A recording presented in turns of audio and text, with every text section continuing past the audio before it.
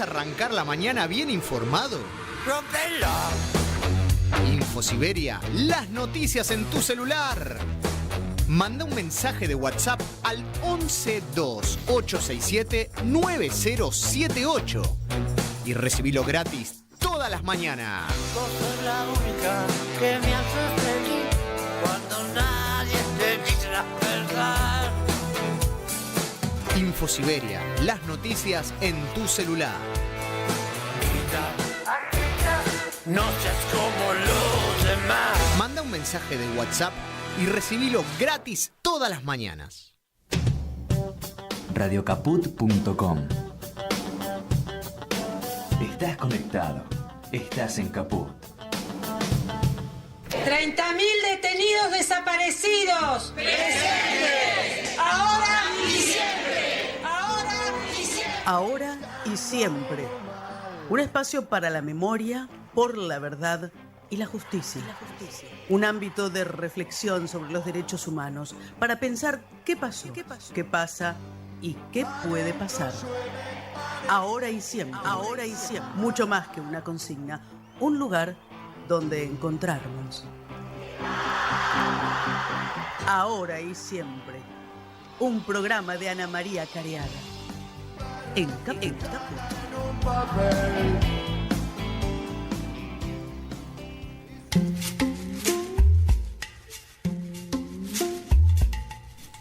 Buenas tardes, ¿qué tal? ¿Cómo están? Estamos otra vez aquí en Caput en el ciclo 2026 de Ahora y Siempre para seguir construyendo juntos y juntas este espacio para la memoria, por la verdad y la justicia en este que es nuestro 10º año consecutivo en Caput. Como siempre, un verdadero gusto reencontrarnos con ustedes en este querido estudio Chicha Mariani. Soy Ana María Cariaga y estamos con Oscar Estellés. Buenas tardes a todos, todas, todes, para beneplácito del ministro Petri y la ex ministra Acuña. Y Anita Fernández. Hola Oscar, hola Ana, hola Martín, hola nuestro invitado que no lo voy a nombrar todavía, pero algunos, los que ven por YouTube ya están espiando. Hola a todas, a todos y a todes. Y Martín es nuestro querido operador de cabecera, Martín Loza, ese que tiene siempre asistencia completa. Hay equipo hoy. Hacía bastante que no estábamos los tres juntos. Hay equipo y hay equipo en la cancha también. Hay equipo, hay medio equipo, hay un equipo medio roto, pero no importa. Ya están llorando.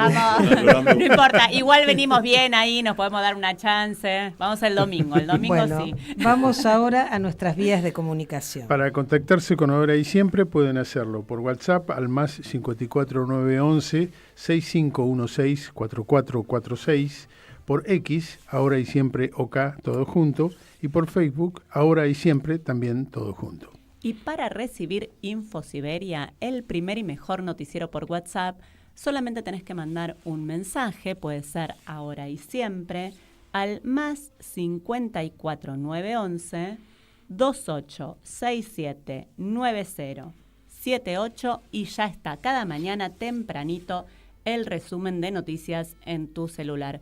Hoy en la noticia nacional número 1 nos comentaba que se iba a realizar la Marcha Federal de la Salud en todo el país bajo las consignas La salud no puede esperar y el ajuste de Milei mata. También nos decía que esta marcha federal tendría réplicas en las distintas provincias y efectivamente así fue, y efectivamente el ajuste de Milei mata. Y además, en la noticia número 10, nos comentaba que el Comando Sur de Estados Unidos anunció una alianza estratégica con la Argentina para patrullar el mar argentino durante los próximos 5 años. El acuerdo contempla equipamiento, entrenamiento y apoyo operativo norteamericano para tareas de vigilancia en el Atlántico Sur y profundiza la presencia militar yanqui en una zona estratégica para la soberanía argentina. Además, como siempre, nos recuerda que Cristina lleva 337 días privada de la libertad, Milagros Sala lleva 3.777 días y además Milei lleva 211 días sin cumplir la ley de financiamiento universitario. Y vamos a presentar a nuestro invitado de hoy, que algunos por esta trampa que el streaming le hace a la radio, ya lo vieron. Pero bueno, le agradecemos mucho, es un verdadero placer recibir acá en el estudio Chicha Mariani, Ariel Basteiro, quien fue 2 veces embajador ante el Estado Plurinacional de Bolivia, también estuvo 2 periodos como diputado de la Nación, fue presidente de Astillero Río Santiago, también 2 veces secretario general de la APA, el Gremio de Asociación de Personal Aeronáutico, también 2 veces en Acción Social de la CTA, hay que jugarle al 2, veníamos hablando de eso. Ariel, un gusto tenerte acá, gracias por venir a Ahora y Siempre. No, el gusto es mío estar aquí en Radio Caput y particularmente estar con ustedes en el programa. Bueno, hace tantos años llevan adelante, ¿no? Así sí, y además, como hablábamos antes, te agradecemos también, pues sabemos que estás muy tironeado por todos lados, porque el tema en estos días es lo que está pasando en Bolivia, que atraviesa esta crisis económica. Bueno, la crisis podemos decir más grave desde la década de 1980, un poco el panorama sin reservas de dólares para sostener una política de subsidios a los combustibles, con una inflación interanual del 14% en abril.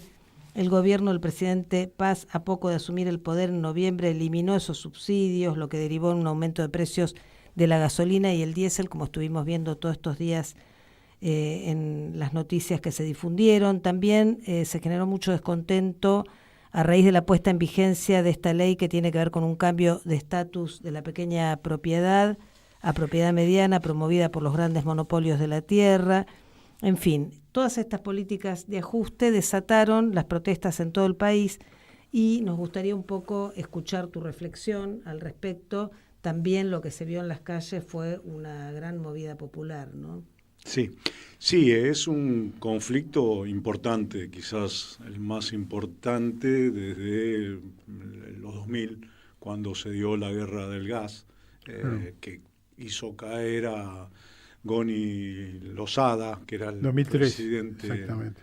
El presidente que hablaba medio americano, medio inglés, medio español, y que dio después también continuidad al gobierno de Carlos Mesa, que también renunció por presión popular.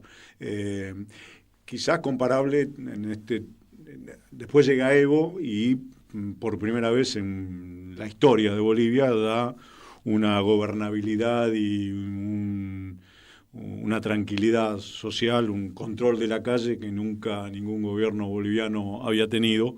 Esto muestra también un poco la idiosincrasia del pueblo boliviano, que es un pueblo combativo, que se moviliza ante las necesidades que consideran que son violadas o se sobrepasan y ahí suelen salir a la calle. Los bloqueos, moneda corriente en Bolivia en todo momento y en estos días están todavía hoy. Sí, de hecho era la fuerte. determinación que no iban a levantar el bloqueo permanentemente, lo planteaban en esos términos. Sí, hay 40 y pico de bloqueos en todo el país, digamos, sí, en todas las rutas de Bolivia, lo cual hizo que La Paz, que tiene 2 o 3 accesos, como están cortados ya desde hace más de 20 días, ha quedado desabastecida de alimentos y de productos frescos. El conflicto empieza con reclamos sectoriales, medio que recién hiciste un listado de esos reclamos sectoriales.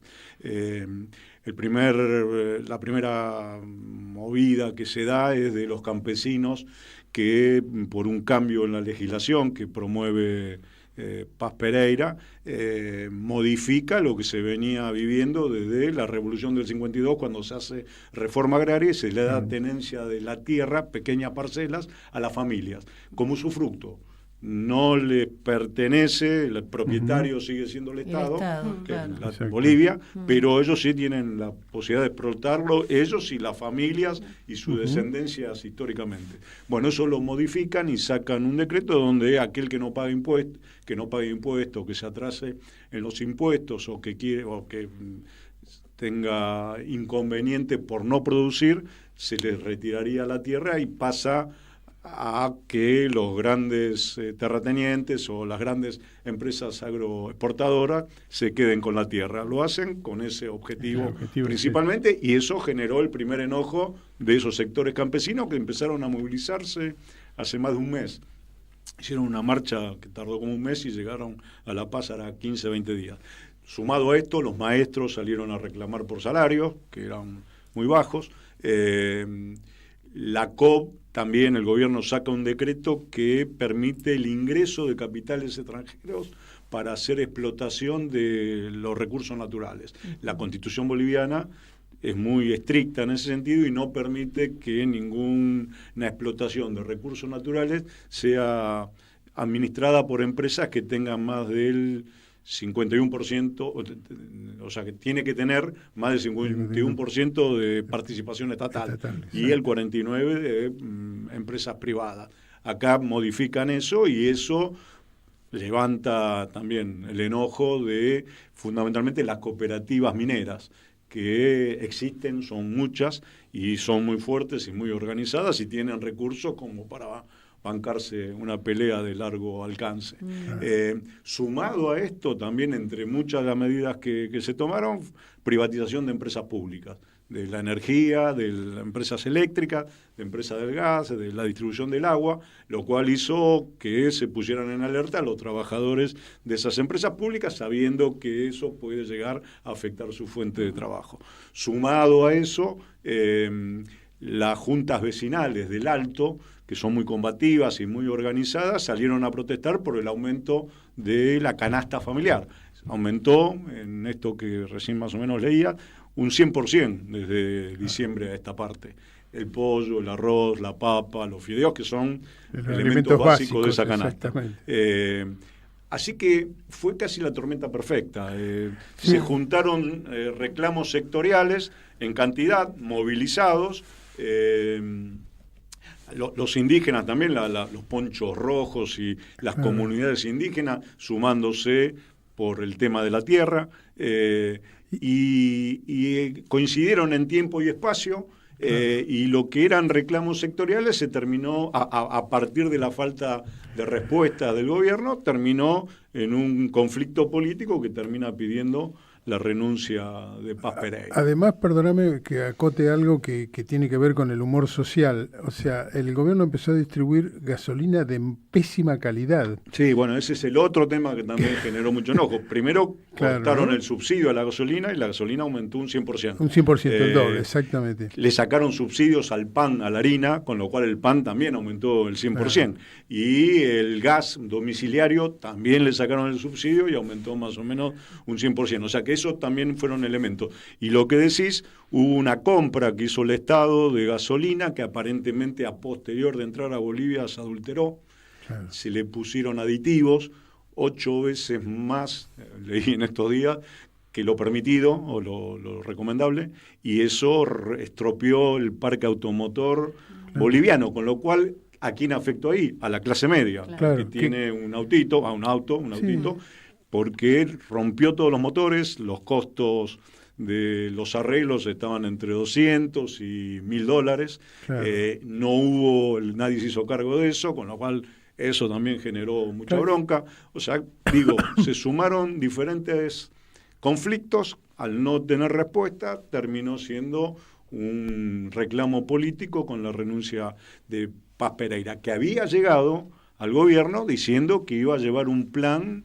A ver, él viene de la centro-derecha, pero en la campaña planteó una agenda progresista, respetando la Constitución plurinacional, respetando los avances que había hecho el MAS en los últimos tiempos, hablaba de capitalismo para todos, y ante la falta de opciones políticas que había... Sí. Como si eso fuera posible. Claro, bueno, querían saber cuál era la fórmula, capaz pensaron que era algo innovador. Pero la otra opción era la extrema derecha, Tuto Quiroga, y él se levantó mucho de los votos del MAS. Primero de los votos del MAS desencantado en la primera vuelta por que no había una opción real y dividido el MAS, peleado, con mucho conflicto, más vale que eso alejó a muchos votantes. Y en la segunda vuelta también el voto en blanco que Evo había llamado a votar se volcó hacia Paz Pereira por ser el mal menor, digamos. Claro. Votaron el mal menor y ganó con una diferencia importante. Ahora, el primer día que asume el gobierno, la primera medida que toma, una vez ya asumido, en vez de cumplir todas esas propuestas que había dicho en campaña, saca un decreto calcado es una copia fiel del decreto 70 que se hizo acá en Milei. Y eso, pero era muy, muy parecido en todo, hasta en la redacción, hasta no se preocuparon demasiado en modificar la redacción. Y eso generó un enojo y la COP amenazando a que iba a hacer un paro por tiempo indeterminado, lo que hizo que el gobierno volviera atrás con el decreto, se retrotrayera. Eso tranquilizó por el momento de las aguas, eso fue hace 3-4 meses atrás. Pero al no modificarse y no salir con otras medidas, terminó generando lo que vimos en los últimos 15 días y que se intensificó mucho esta última semana. Y que tuvo su punto así cumbre más alto el último lunes. El lunes fue un día muy complejo, con mucha movilización, con la gente bajando del Alto a la ciudad, con el intento de tomar la Plaza Murilla por parte de los manifestantes, con represión. Se hablan de 3 muertos, se habla de muchos heridos, cientos de heridos, se habla de muchos... Cientos de detenidos también, ¿no? Detenidos. De hecho, el Argollo, que es el secretario general de la COP, tiene un pedido de captura por haber convocado a la manifestación, no hizo más que eso. Y todo eso es un cóctel que me preguntaban, ¿y qué puede pasar? ¿En qué puede terminar? Esto ayer, antes de ayer. Y yo lo que prudentemente decía por experiencias que uno vivió en Bolivia de conflictos de este tipo, todo puede pasar. En Bolivia es un dicho muy común entre los propios bolivianos, que en Bolivia todo puede pasar. Pero también he visto como conflictos que parecían que iban a terminar de la peor manera, rápidamente se solucionan. Hoy a la tarde, hace 2 horas, 3, Paz Pereira hizo una cadena nacional planteando el cambio de gabinete como para bajar los reclamos y abrir una nueva etapa de gobierno. Obviamente hizo responsable a la herencia recibida, los problemas que hoy se están viviendo. Los cucas bolivianos. Y convocó a todos los que quieran sumarse al gobierno a que lo hagan y que van a escuchar y que van a llamar al diálogo, algo que quizás sí provoque que el conflicto que vimos la última semana se disipe. Pero también debería retrotraerse con algunas medidas, porque las nuevas medidas que anunció no eran herencia, porque si no, no las estaría anunciando, ¿no? Esto que vos contabas de los campesinos, o ahí se retrotrajo. No, ahí planteó que está dispuesto a hablar con todos los sectores, que todos los que se quieran sumar al gobierno van a ser bien recibidos y que van a escuchar las propuestas que traigan. Abrió, que era también algo bastante curioso, que en la última semana, donde la presión iba en aumento, uno hubiese supuesto que quizás era lo necesario que salieran un vocero a decir algo, un comunicado del gobierno, que salieran los ministros a hablar y a explicar lo que estaba pasando. Había habido silencio de radio. Hasta hoy, a la tarde, no había habido ninguna comunicación oficial con respecto a los conflictos. Eso generaba también mayor confusión y iba alimentando la bronca. Hoy con esto puede ser que, habrá que esperar las próximas 48 horas a ver si hay una reacción contraria o si esto encamina los reclamos o atiende, abre un paréntesis para dar respuestas a los reclamos que se estaban haciendo. Cuando vos escuchás los videos o hablando con los compañeros que están allá, lo que te plantean como punto principal es que no fueron escuchados, que hace mucho vienen pidiendo determinados reclamos y que nunca tuvieron respuesta, y que eso fue lo que motivó el pedido de renuncia. Bolivia tiene estas características y habrá que ver qué pasa en las próximas 48 horas. En el medio de todo este caos y todo este conflicto, vale la pena destacar la actitud del gobierno argentino. Sí, eso te iba a preguntar, justamente. Que en vez de aportar a la pacificación y a tratar de, a través del diálogo, encontrar algún camino de solución al conflicto, mandó armamento. A ver, un diputado, Rolando Pacheco, diputado de Santa Cruz de la Sierra, del grupo de Andrónico Rodríguez, un grupo ligado al MAS, una de las escisiones del MAS, planteó que el avión que llegó el domingo, creo que fue, a Santa Cruz de la Sierra, o el sábado o el domingo, llegó con gases lacrimógenos, que era mentira, que había ido en una misión operación humanitaria. Claro. Incluso repitiendo lo que había sucedido con el gobierno de Macri. Totalmente. Claro, exactamente. Ahí el gobierno de Macri en el 2019, en pleno golpe de Estado a Evo Morales, cuando asumía Yanín Áñez, envió 70.000 municiones, dio para que hasta yo hiciera un libro al respecto que se llama Radiografía en una canallada, que cuenta los detalles de cómo fue el contrabando y el golpe que se dio en Bolivia en el año 2019. Bueno, ahora lo mismo, un gobierno de derecha parece que su criterio de cómo intervenir en un conflicto, en un país hermano, cuando están como estaban, digamos, peleándose o con conflictos importantes, sociales y reclamos, en vez de ayudar a pacificar o hacer una ayuda humanitaria, es llevando armamento. Claro, por eso no resulta extemporáneo el reclamo y la presentación que hacen justamente los diputados nacionales Juan Marino, Germán Martínez, Cecilia Moró, Paula Penaca, y a los cuales se suman organismos de derechos humanos, las centrales sindicales, la CTA, en donde directamente están pidiendo informes al ministro Kirchner que, o sea, en vista del antecedente que vos documentaste y narraste en tu libro, evidentemente segundas partes nunca fueron buenas. No, pero aparte es mentira, no es creíble que fueron a hacer una operación humanitaria, porque teóricamente lo que dicen que mandaron el avión para hacer un puente aéreo entre Santa Cruz y La Paz para llevar alimentos. Ahora, la Fuerza Aérea Boliviana, que existe y que tiene aviones Hércules, no sé para qué necesita otro avión Hércules, y si la Fuerza Aérea Boliviana no tuviese operativos los aviones Hércules, BOA, que es la empresa estatal boliviana, sé que todos los vuelos, tiene unos 10 vuelos por día entre Santa Cruz y La Paz, y debe tener otros tantos entre Cochabamba y La Paz.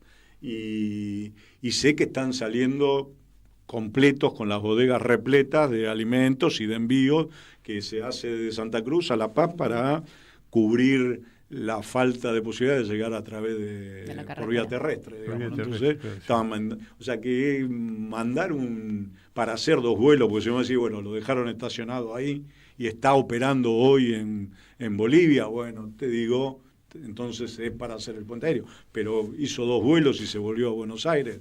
Fue a llevar algo, no fue a... No fue a hacer una no misión sería humanitaria. muy eficiente con los recursos dice nuestro gobierno que escasean. Que hay que cuidar, ¿no? sí. Claro, Tengo un par de ideas donde se pueden poner. Sí. También, ¿qué pensás del rol que está jugando, porque salió en varios medios también Evo Morales, un poco como tratando de calmar el conflicto, digamos, un poco como ¿De calmar?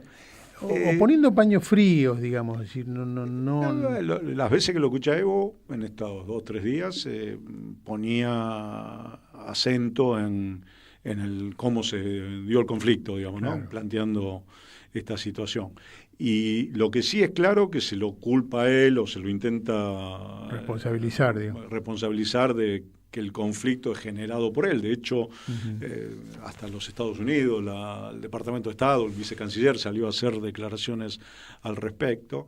Y lo que hay que tener en cuenta es que el conflicto nació en el altiplano, ahí en el Departamento de La Paz, se desarrolló en el altiplano y se está generando y se está resolviendo o no en el altiplano.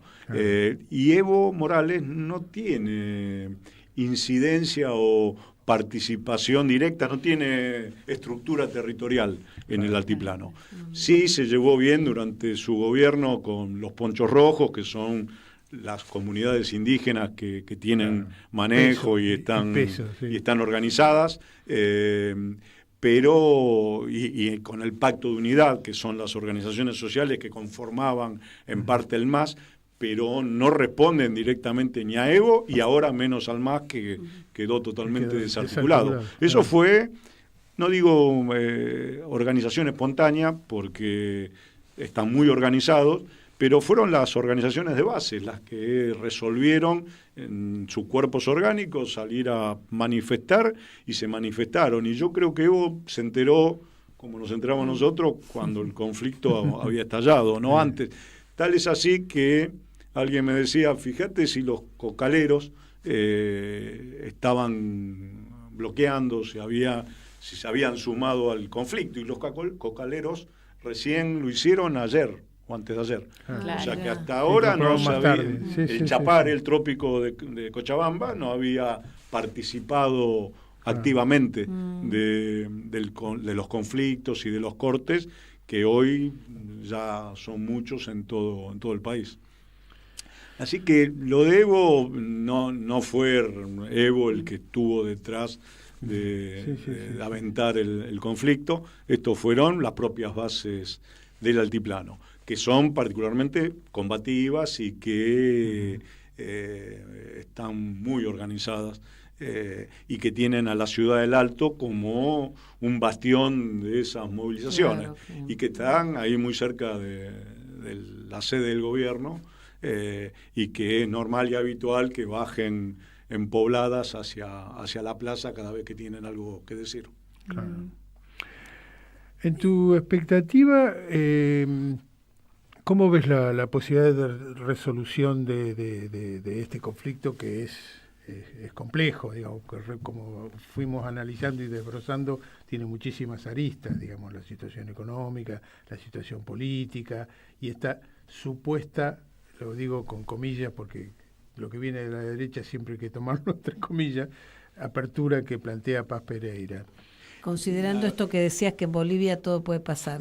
Considerando todo puede pasar, yo no sé, tendría que decirte, no sé. Lo que sí creo es que Paz Pereira, si quiere salvar su gobierno, tendría que empezar a cumplir alguna de los compromisos que había asumido, y ahí pueda llegar a frenar ese reclamo.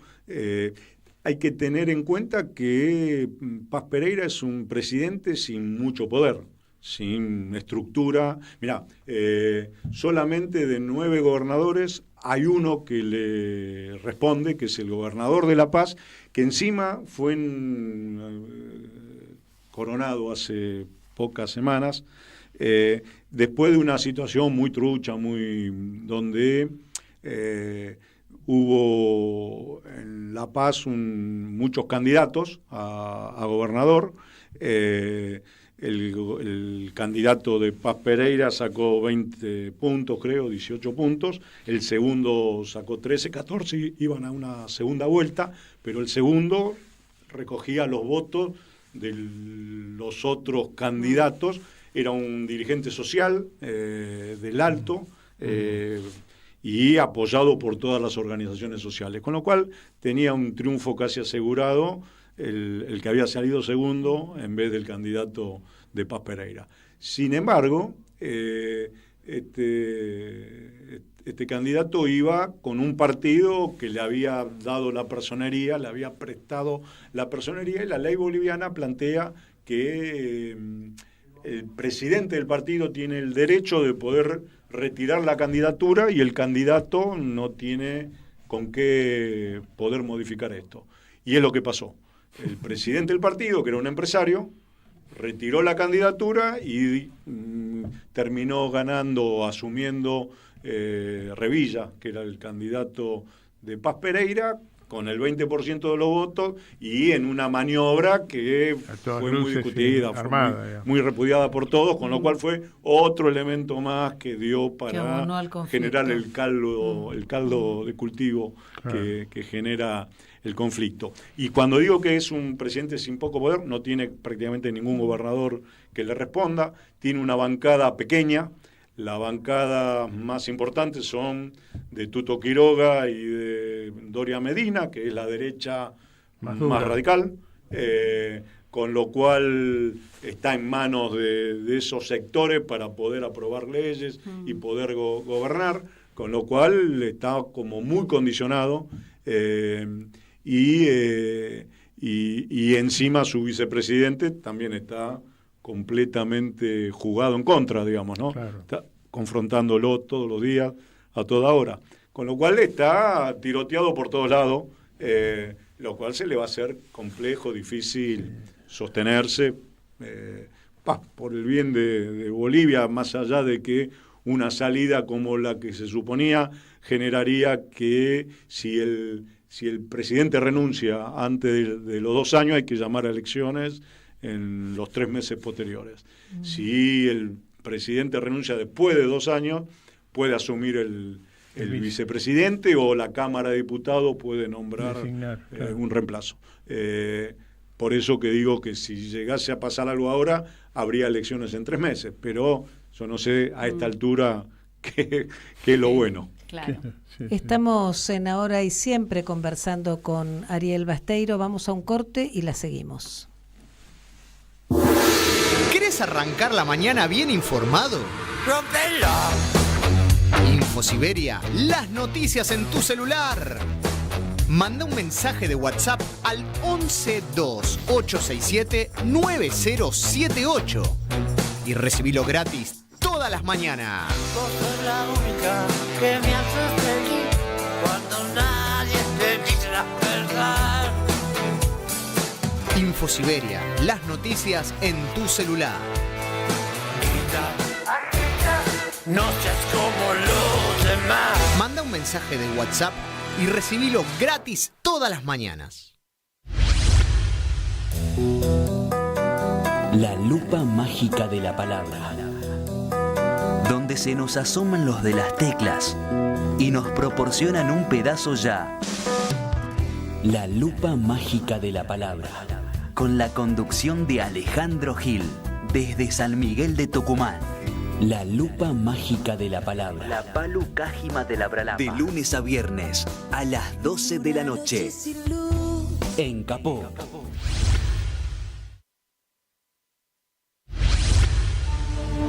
Un programa en ascenso. Bote a tierra. Con la conducción de Gonzalo Quintas y Carlos Seriani. Bote a tierra. Viernes de 20 a 22 horas. En Capó. Ahora y siempre. Un espacio para la memoria, por la verdad y la justicia. Seguimos en Ahora y Siempre en esta conversación tan interesante, Ariel. La verdad que se nota que conoces mucho de ese territorio boliviano y sus avatares. Pensaba cuando describías estos reclamos sectoriales que decía sumado a eso, sumado a eso, sumado a eso, y me resonó un poco, claro, lo que está en juego, lo que pasa cuando están en juego la pérdida de conquistas históricas, de derechos, y sumado a eso es un poco lo que venimos viviendo acá, ¿no? Nos faltaría la parte de la organización. Yo cuando escuchaba decía, estos están muy organizados, ya bien ahí. Claro, y también cuando hablabas de esta crisis de representación que de alguna manera llevó a votar a un gobierno de derecha, bueno, ¿cuál es la reflexión que puedes hacer respecto a estas dos realidades? A la realidad de Bolivia, la llegada del gobierno, o que terminaran 2 candidatos de derecha disputando la presidencia, fue por errores propios, digamos, ¿no? del MAS, la división, la pelea que tuvieron. También dentro. Resuena eso, la división. No, pero hoy me preguntaron, no me acuerdo con quién hablaba, Graña, creo. Me preguntaba y le digo, no, pero la disputa, porque preguntó específicamente, fue como la pelea de Alberto y Cristina. Digo, no, ahí o como se la dijeron, actual. O como de la oposición. No, acá cuidamos algunas formas. Se mataron, se dijeron barbaridades. Tremendo, sí. Se dijeron barbaridades, Lucho a Evo, Evo a Lucho, Evo a Álvaro, Andrónico a Evo.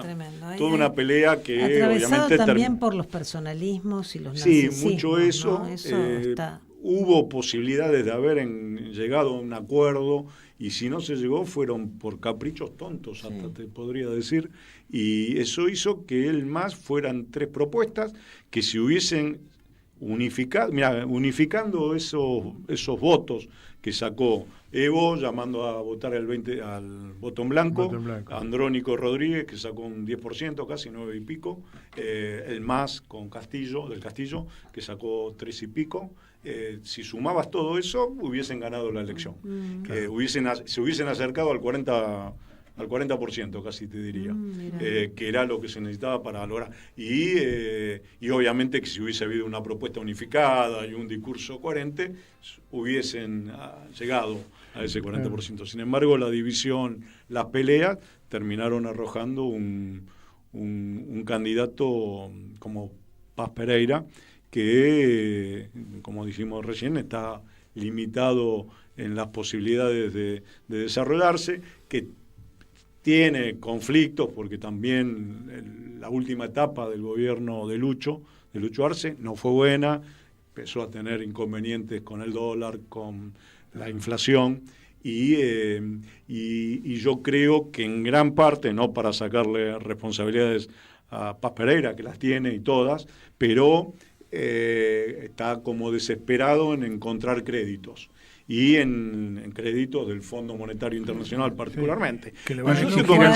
estoy convencido, más allá de la actitud que pueda tener Paz Pereira, que el Fondo Monetario dijo, bueno, te damos el préstamo de pero 1.000 la millones, ley bases. pero acá tenés el pliego de la agenda de gobierno a partir de ahora. El pliego de condiciones. Y la empezó a cumplir. O sea, en vez de ley. decir no, buscar alternativa, la empezó a cumplir, y es eso lo que le está costando el gobierno, casi te podría decir.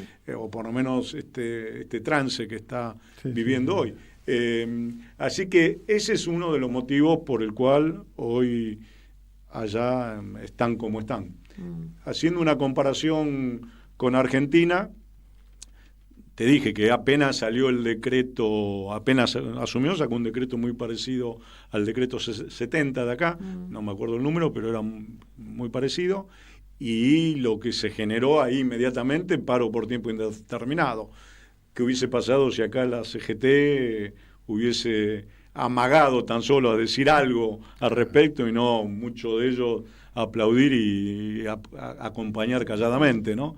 Como hizo parte de la dirigencia sindical? Lo digo yo, que vengo del mundo sindical, pero que por ese mismo motivo hace casi más de 20 y pico de años formamos la CTA, porque dentro del grupo o dentro de la estructura de la CGT, obviamente que hay compañeros que son reivindicables desde todo punto de vista, que están también por el sostenimiento de mejorar a la clase trabajadora y dar pelea cuando haya que dar pelea, pero hay otros que más vale mejor perderlos que encontrarlo, y a veces esos influyen y tienen mucho peso en la estructura, que hace que todo se demore y todo sea mucho más lento en Argentina que en Bolivia, que naturalmente tiene más a mano el bloqueo y el reclamo inmediato. Es muy de la idiosincrasia boliviana también, aparte, presionar para negociar. Ellos primero meten el bloqueo y meten el quilombo, y después tratan de solucionar. Para lo cual se requiere un gran nivel de organización, acá, ¿no? Gran nivel de organización y de conciencia se requiere también. Sí, también eso.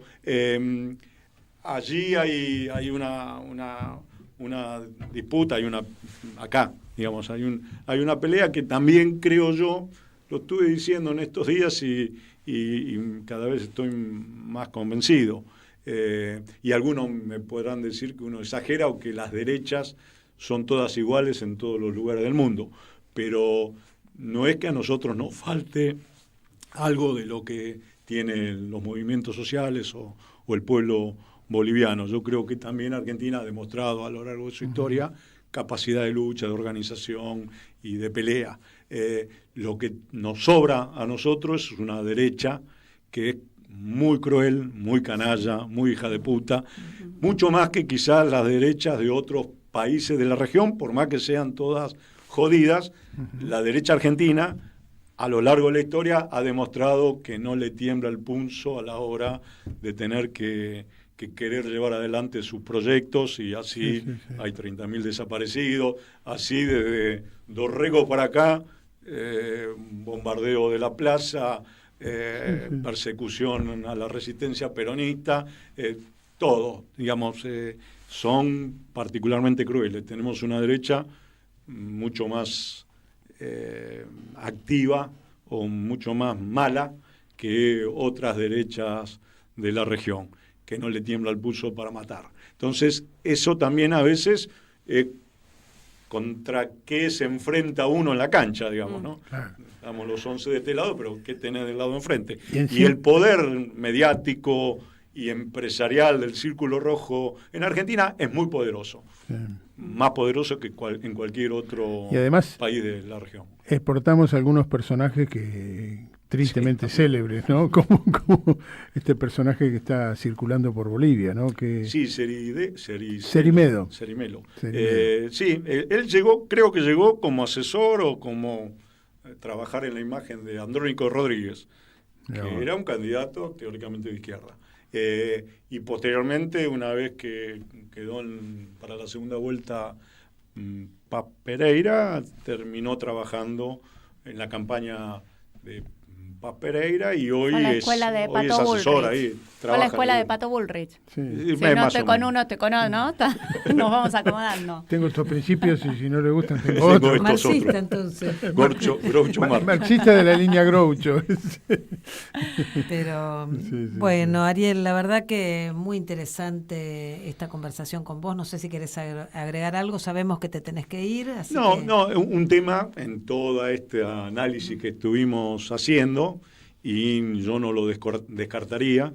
En Bolivia, en el año 2008, hubo un claro intento de secesión de Bolivia en lo que era la Media Luna, que es las tierras bajas y la Bolivia blanca, con los valles y el altiplano, que es la Bolivia indígena.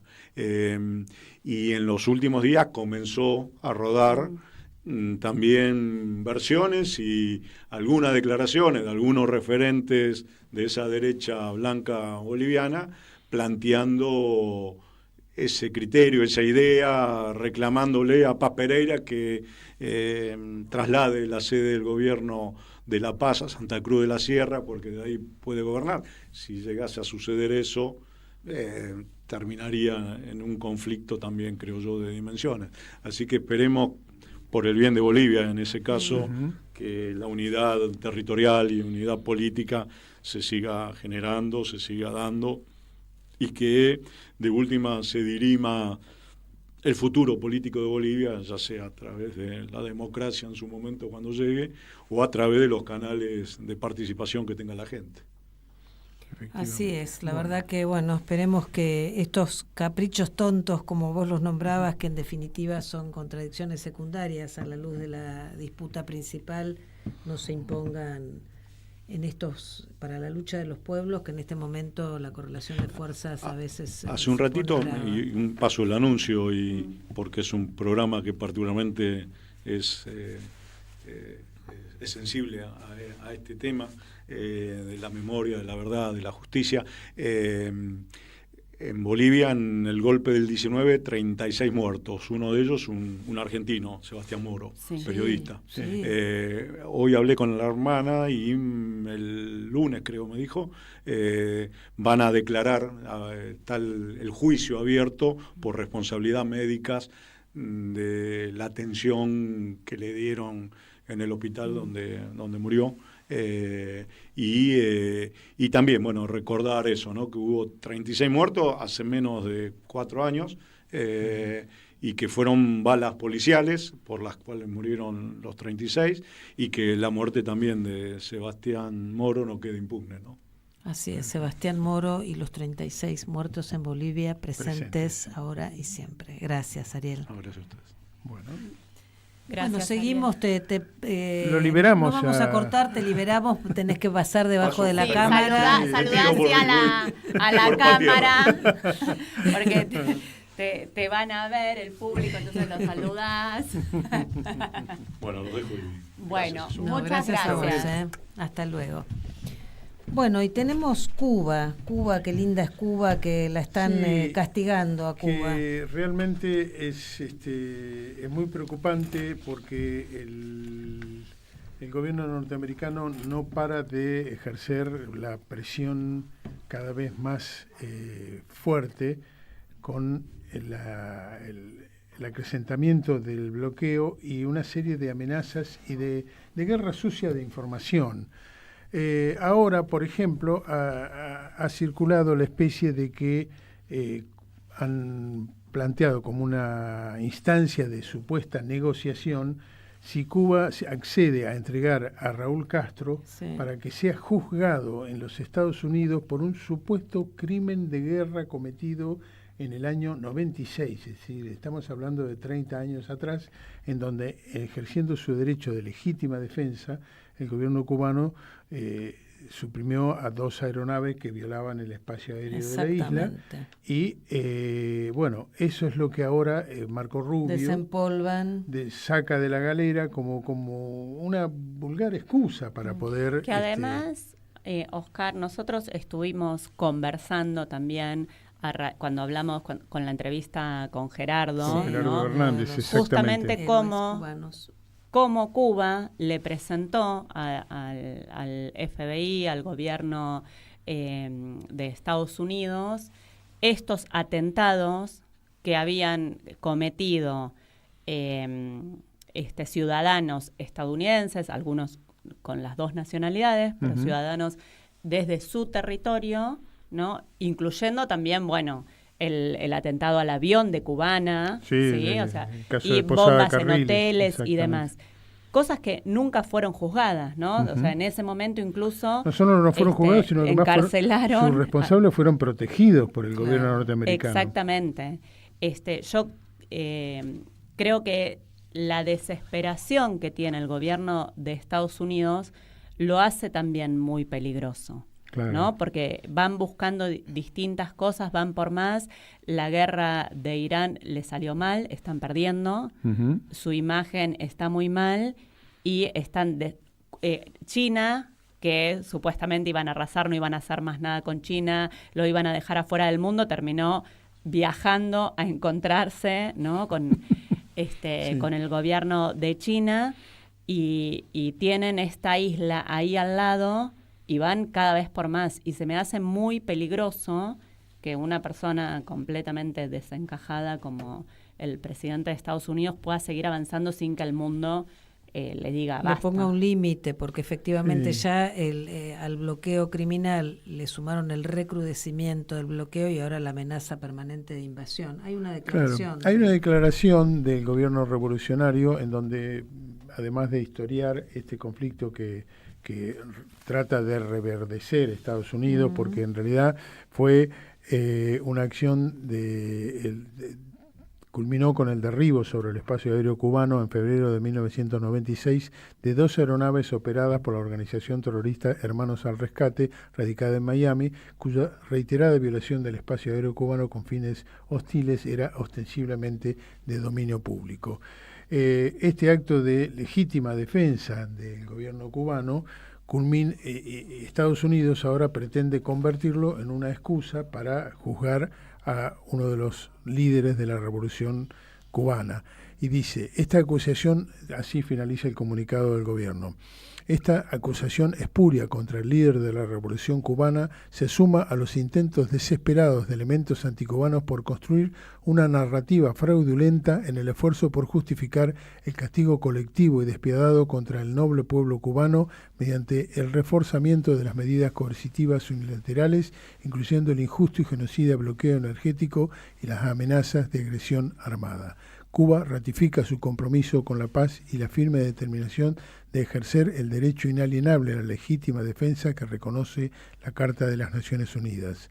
El pueblo cubano reafirma su decisión inconmovible de defender la patria y su revolución socialista y con mayor fuerza y firmeza su respaldo irrestricto e invariable al general del ejército Raúl Castro Ruz, líder de la Revolución Cubana. Patria o muerte, venceremos. Y también hay una declaración del presidente Miguel Díaz-Canel Bermúdez que también denuncia esta acusación contra Raúl Castro Ruz, sus fundamentos, etcétera, y dice, la altura ética y el sentido humanista de su obra derriban cualquier infamia que se pretenda levantar contra el general del ejército Raúl Castro. Como jefe guerrillero y como estadista, ganó el amor de su pueblo, a lo que se suma el respeto y la admiración de otros líderes de la región y del mundo. Esos valores son su mejor defensa y un escudo moral frente al ridículo intento de menoscabar su talla de héroe. Así que bueno. Realmente, perdón, pero es que me parece increíble que vuelvan sobre esto. Yo crecí escuchando que el culpable era Fidel. Ahora resulta que el culpable es Raúl, ¿no? Como no tienen a Fidel... Exacto, de la misma forma que el petróleo de Venezuela les correspondía porque era de ellos. Y también, Venezuela se los robó. También creciste escuchando y se acabó la diversión. Llegó el comandante y mandó a parar. Los comandantes. Aguante Raúl.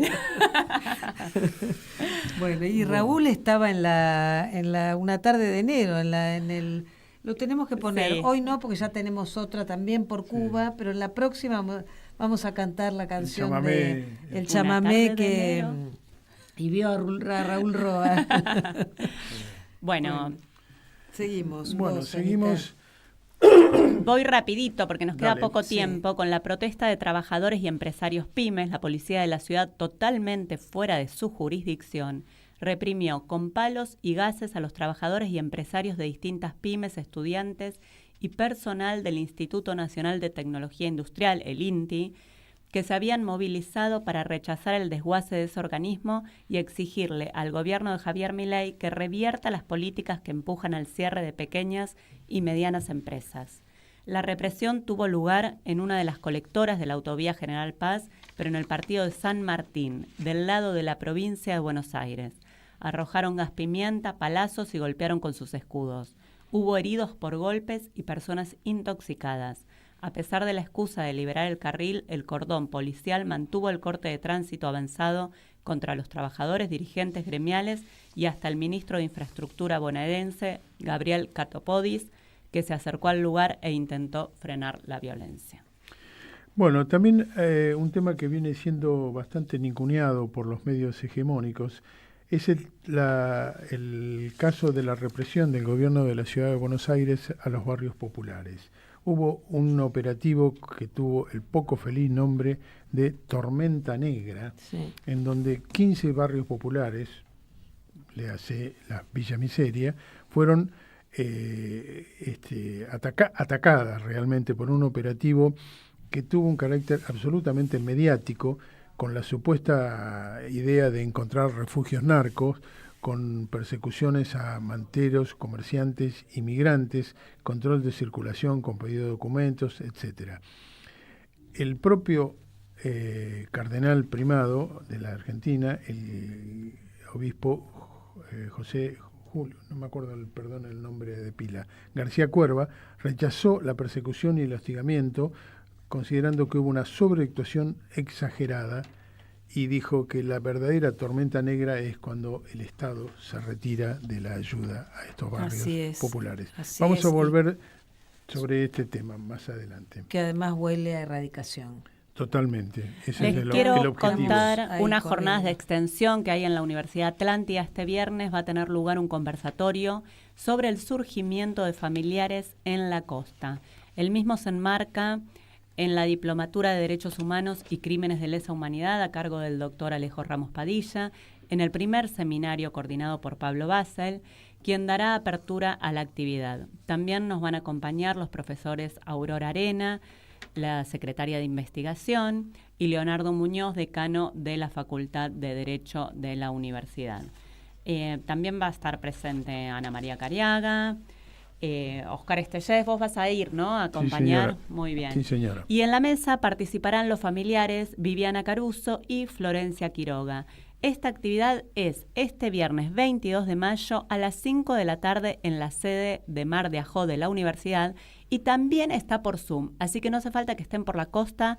Para saber cómo ingresar al Zoom, busquen en las redes sociales Universidad Atlántida Argentina y van a encontrar el Zoom para ingresar a la jornada. Ya las y los habíamos invitado este domingo 24 de mayo a las 20 en el Galpón de Catalinas, Benito Pérez Galdós 93, en el barrio de La Boca, donde se le hace un enorme y hermoso homenaje promovido por Fabio Basteiro para seguir las huellas de Norita. Vamos ahora a nuestros seres queridos.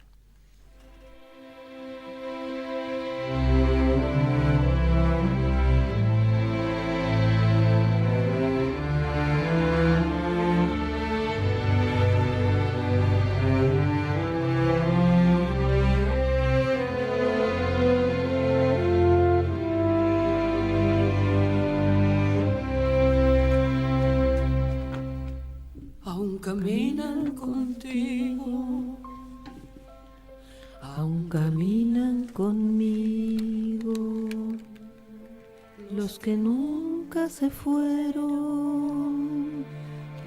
los que nunca se han ido, hasta el fin de los tiempos, los desaparecidos, los compañeros nuestros, nuestros seres queridos. Hoy queremos recordar a un grupo de catequistas, docentes populares, militantes sociales y trabajadores comunitarios secuestrados y desaparecidos el 14 de mayo de 1976. El llamado Proyecto Belén o Grupo del Bajo Flores, vinculado a tareas pastorales, educativas y de promoción humana, estaba integrado por Mónica Miñone, psicopedagoga y catequista, Mónica Quinteiro, religiosa de las Hermanas de la Misericordia y luego trabajadora social y referente pastoral, María Esther Loruso Lamle, Beatriz Carbonell de Pérez Weiss y su esposo Horacio Pérez Weiss, María Marta Vázquez de Lugones y César Amadeo Lugones, esta última hija de la madre de Plaza de Mayo, Marta Vázquez. Vamos a escuchar el recuerdo de Javier Miñone, hermano de Mónica. Mónica María Candelaria Miñone, detenida, desaparecida el 14 de mayo de 1976. Querida Mónica, el paso del tiempo nos dice 50 años desde tu detención y desaparición, pero año a año el amor y la admiración por vos crece. Fuiste un ejemplo de generosidad, entrega, solidaridad, compromiso. Estás plenamente presente en nuestro amor por vos y seguimos tus valores y tu lucha por una sociedad justa que respete, dignifique y eleve a los más desfavorecidos. También recordamos y admiramos a tus queridas amigas y amigos que compartían el mismo compromiso. María Marta Vázquez Ocampo, César Amadeo Lugones, Beatriz Carolina Carbonell, Horacio Pérez Weiss, María Esther Loruso Lamle y Mónica Quinteiro. Presentes. Siempre presentes. Exigimos verdad y justicia. Muchas gracias, Javier. Y nos vamos ahora con una hermosa versión de Sueño con serpientes. Silvio Rodríguez y Chico Buarque a dúo contándonos Sueño con serpientes. Los dejamos con Marcelo Goro y Sara Chao en la Caja de Pandora. Hasta el miércoles que viene. Hasta el miércoles. Chau, chau.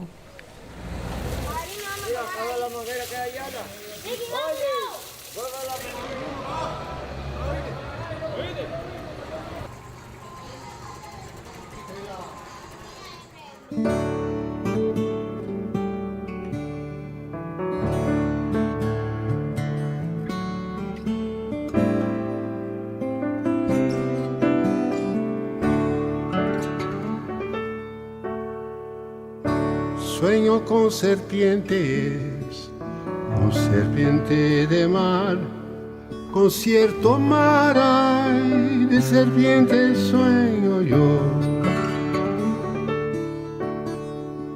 Largas transparentes, en sus barrigas llevan lo que puedan arrebatar de amor.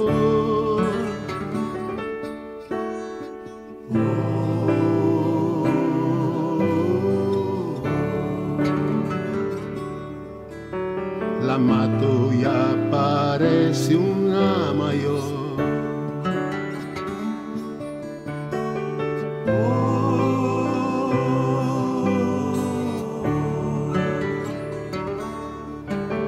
Con mucho más infierno en digestión.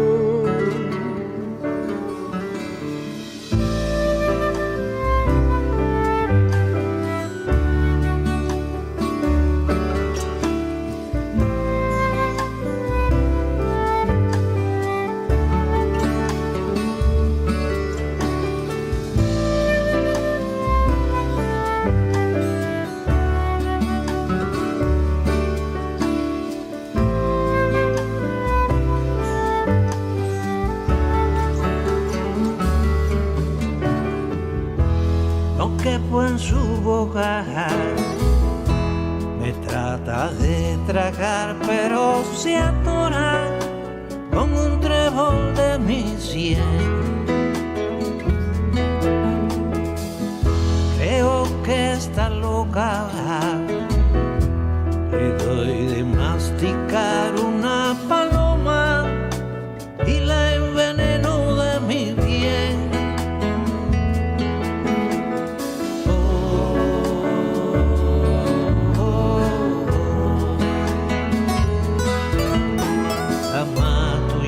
Parece una mayor. Maestra Eve de Bonafini. En Caput nos enseñó a pelear. pasan cosas. Amado Vudú. ¿Quién puede decir que nuestra democracia tiene padre cuando en realidad lo que tiene es madres? Las madres de nuestra democracia son las madres de la Plaza de Mayo, la madre de nuestra democracia es Eve de Bonafini. Ningún padre. Dora Barrancos. Ella era muy barroca. Creo que había una onda, una ternura. Ulises Gorini. No era políticamente incorrecta, era plebeya, hablando de los otros modales, de ese correr los límites de lo posible, de lo que se podía decir, de lo que se podía hacer. Era una profunda revolucionaria. Eve de Bonafini. Presente. Ahora y siempre. Radio Caput. Eve le dio mucho amor a Radio Caput. Esas cosas. La lupa mágica de la palabra, donde se nos asoman los de las teclas y nos proporcionan un pedazo ya. La lupa mágica de la palabra, con la conducción de Alejandro Gil, desde San Miguel de Tucumán. La lupa mágica de la palabra. La palu cájima de la bralapa. De lunes a viernes, a las 12 de la noche. En Capó. Radiocaput.com. Mientras todos duermen, algo muy extraño ocurre en los laboratorios químicos RX.